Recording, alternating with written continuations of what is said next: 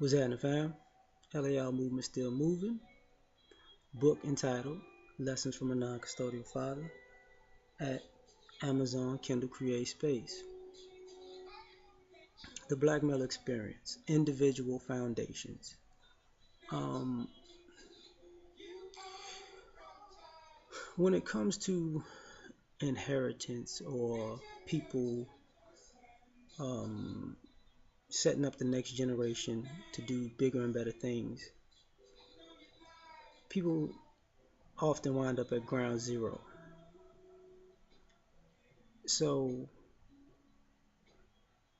you're probably going to be expected to be at a higher level than you're probably going to expect it to be at a higher level and get flack for not being at that level because you inherited nothing, and you're going to be compared to people who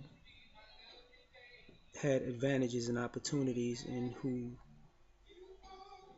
were given things before you. Like, what I mean by that is, you know, the when you're 16 you get a car.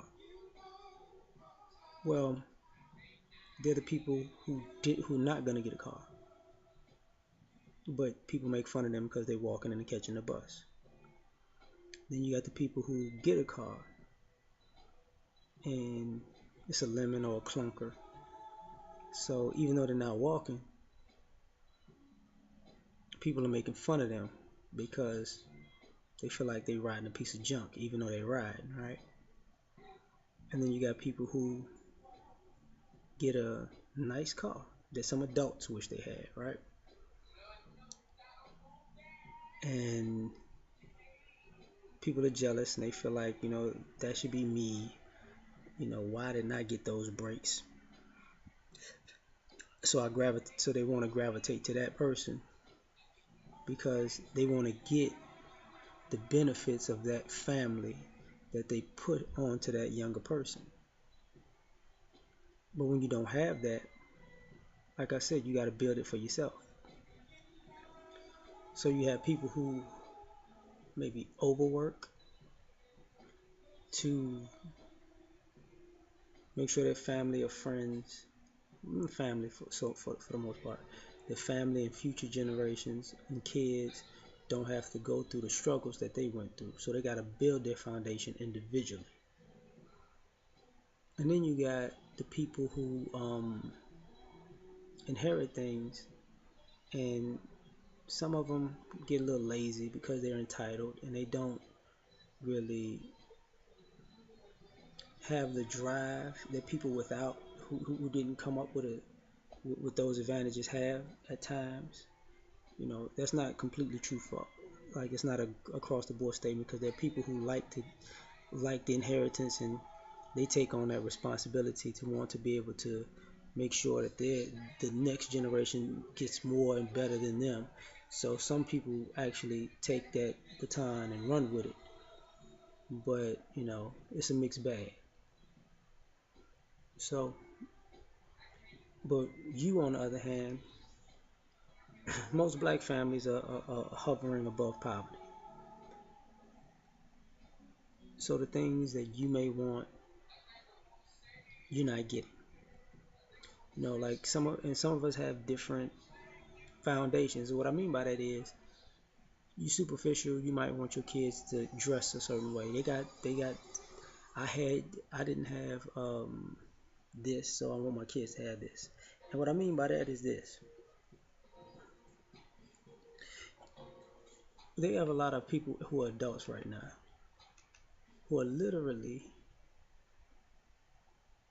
reliving the things they couldn't do in their childhood because now they can afford to.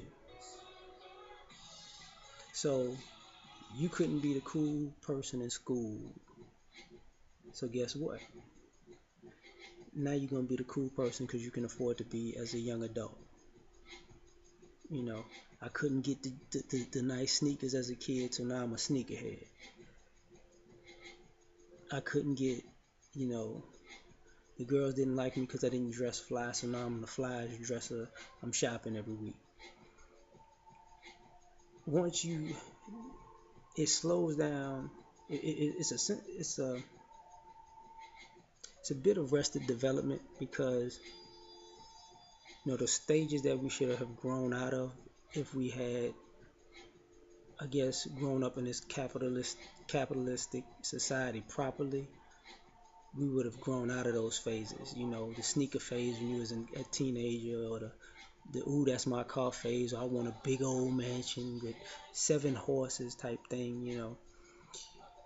Because we would have been accustomed to things, and we have learned how to make things work. But a lot of us don't have that.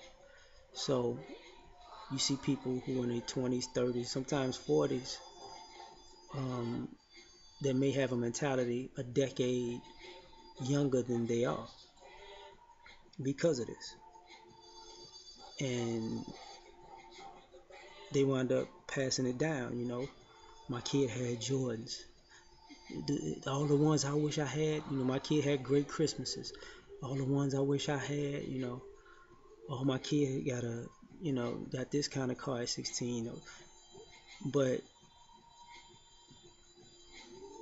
the life lessons they forgot about. So now the kids are in their 20s and 30s, and now you're trying to teach them the life lessons when they're still stuck on superficiality, when you should have been doing both, probably simultaneously, just on different levels. So the reason I bring that up is because when people realize this, now you're like, okay, I gotta set a foundation for my grandkids. And because normally we've seen our grandparents set the tone, and our parents not do their job as well. And normally you see grandparents doting on children, and so the grandparents have always been the staple for the children, more so than the parents, because I guess with age comes wisdom and more financial security. But it's somewhere in the middle where, when those kids become adults, they're left to dry, because the parents inherit and they blow it. So now you start from scratch, for sure. So when you build something, it's a sense of pride, it's a sense of wanting to share, you know, but also it's a sense of protection, because people will come along and just use you up. Because even the people in your generation all don't want to build their foundation from scratch. Too much work. And they saw what other people had before them, and they didn't have to work as hard. So they might just wait on somebody else to do it. So now you out here looking at other people, family still help out, and connections still help out. And when it comes to you, you're the help. You know, you're your own cavalry, so you can't make mistakes.